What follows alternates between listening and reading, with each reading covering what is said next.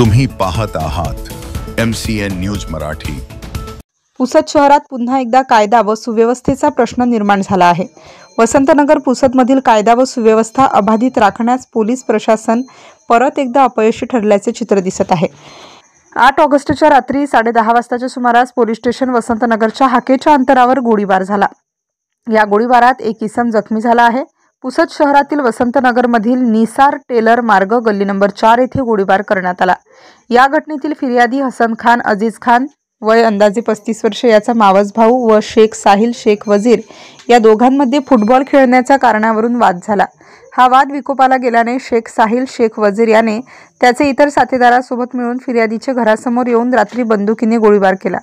या घटनेत फिर्यादीचे वडील अजीज खान फतेह खान वय 52 वर्ष हे जखमी झाले असून त्यांच्या डाव्या बाजूच्या पोटावर गोळी लागून गेल्याने त्यांचा जीव वाचला।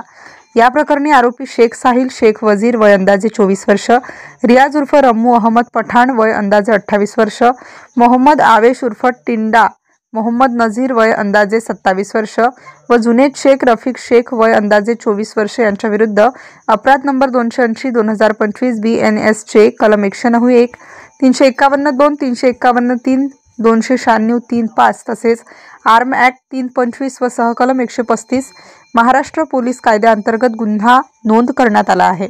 MCN न्यूज मराठीकरिता विशाल मासुरकर, यवतमाळ।